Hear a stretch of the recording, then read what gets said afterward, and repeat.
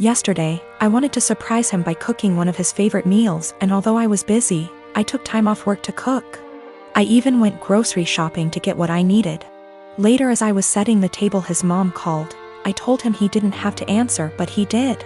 Like usual, she asked what we were having but acted surprised that I cooked this meal. She then went on to tell him she cooked meal and told him to come over. He said okay, which shocked me. I said, seriously? As he started dressing up getting ready to leave. He told me no offense, but this meal, that his mom cooked, was even more of a favorite than the one I cooked. And grabbed his keys and left. I felt awful. I took his plate and threw it out, then ate my portion. As I was about to put the plate in the dishwasher, he got home looking angry, saying his mom lied about cooking that favorite meal and used it as an excuse to force him to eat dinner with her. I was shocked, but he sat down telling me to go ahead and reheat dinner. I told him no dinner after he abandoned it. I threw it out. He said what? And I told him he disrespected my time and effort and chose to go eat with his mom instead. He began yelling at me, asking if I really did that, then called me petty and horrible, then went upstairs saying what I did was 100 times worse than what his mom did. I definitely feel like I let my anger and frustration get the best of me, but it really felt unbearable having to live like this for so long. By the way, I'm 26 and he's 28. To make one thing clear, and that's the fact that my husband only does this when it comes to food. He lived with his mom, attended community college, and loved and still loves her food and is used to it. She gave me recipes to make and I try to do that, but he keeps switching homes just to eat what he feels like.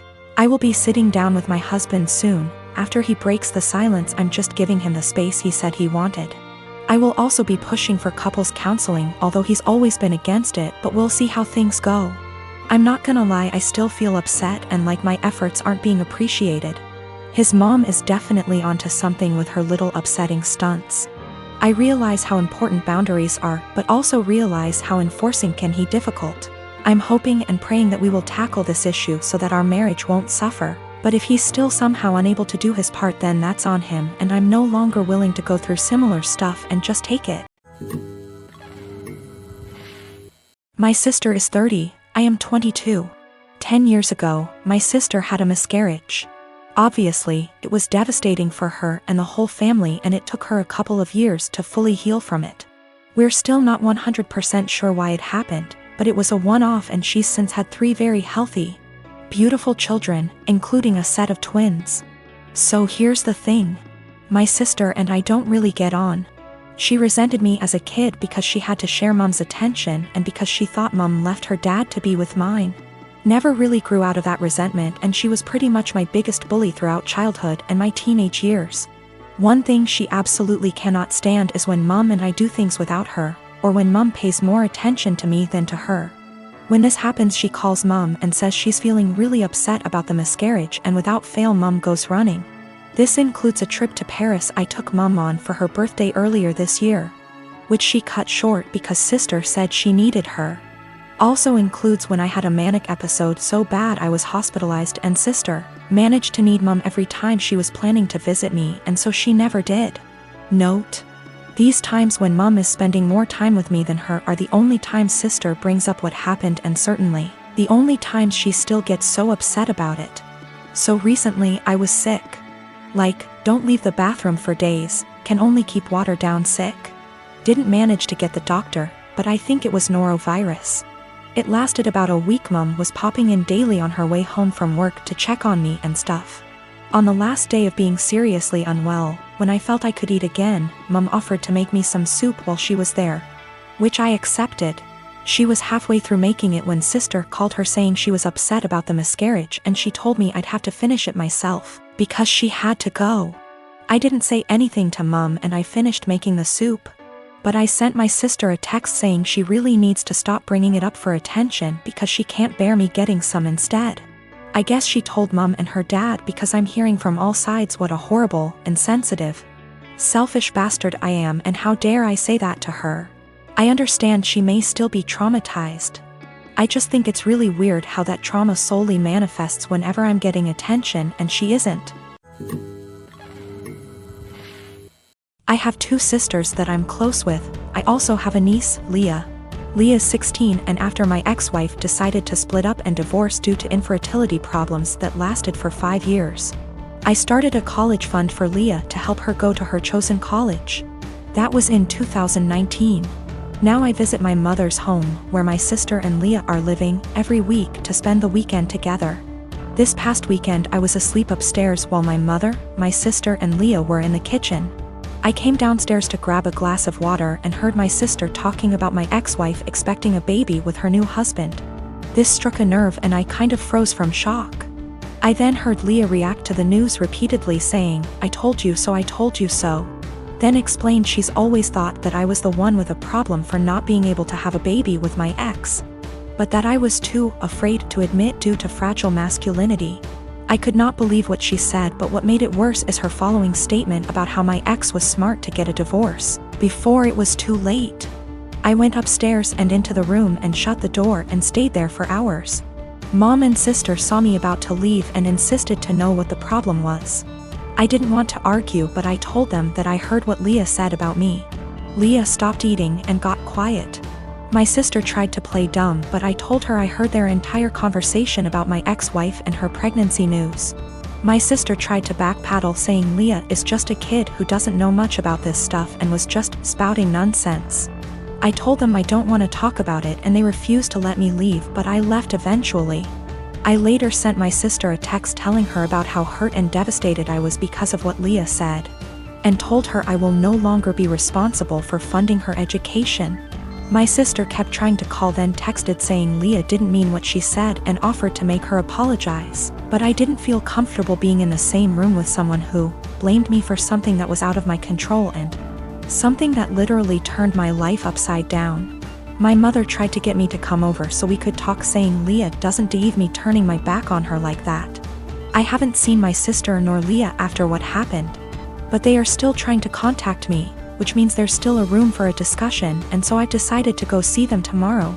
Sit down together and have a long conversation. But this, I admit that I was mad when I told my sister about the college fund cancellation. I love Leah so much and see her as my own daughter. Unfortunately, her dad, my brother-in-law, is deceased, and so I understand losing a parent at a young age and relate to the kind of hurt she carries inside. Lost my father in an accident when I was 11, and I think that sitting down and talking things out is the best option before I make any decision. Also, one more thing to clarify, both my ex-wife and I were having these fertility issues. Both sides, but since my ex-wife got pregnant soon after her new marriage, then my family thought that I was the problem originally. It is what it is, and I'm learning to not words get in my head so easily. I'm not mad at anyone, I'm just trying to move on with my life like anybody else. I am 17, female, have a child Aaliyah. She is 6 years old with my ex Jacob. He is 33 years old. He has a new girlfriend Regina. She is 27 years old.